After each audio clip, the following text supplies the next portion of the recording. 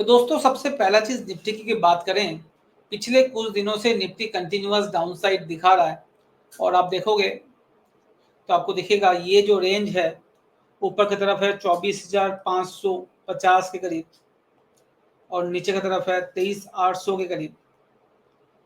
इसी रेंज में ही पिछले कुछ दिनों से निफ्टी ट्रेड करे जा रहा है, राइट। और इस रेंज के एकदम नीचे लेवल पे अभी निफ्टी ट्रेड कर रहा है।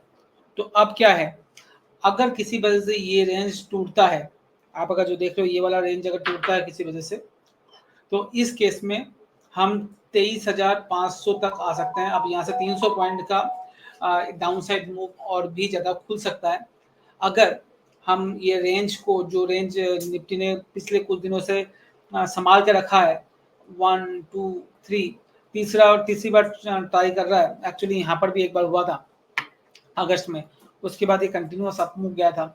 तो अब ये वाला जो रेंज है 23,800 बहुत इंपॉर्टेंट रहेगा। अगर ये टूटता है तो हम 23,500 तक जा सकते हैं। और 23,500 साथ में एक और चीज है, वो है 200 day EMA, exponential moving average भी इसके पास ही आता है, आजू बाजू आता है। तो एक बहुत अच्छा खासा सपोर्ट जोन है 23,500, वहां तक आ सकता है।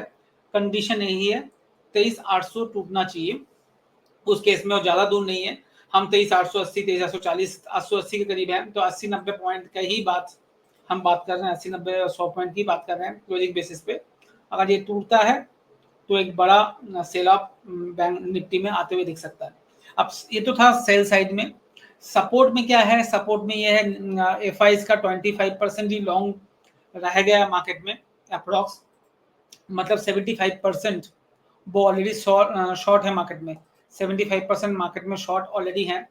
और नॉर्मली 25 से ले मतलब 20 से लेके 30 के बीच में एफआई जब लॉन्ग रहते हैं या शॉर्ट साइड अगर 75 to 85% के करीब रहता है, इस बीच में मार्केट बॉटम आउट करता है और यहाँ से मार्केट घूमने की कोशिश करता है।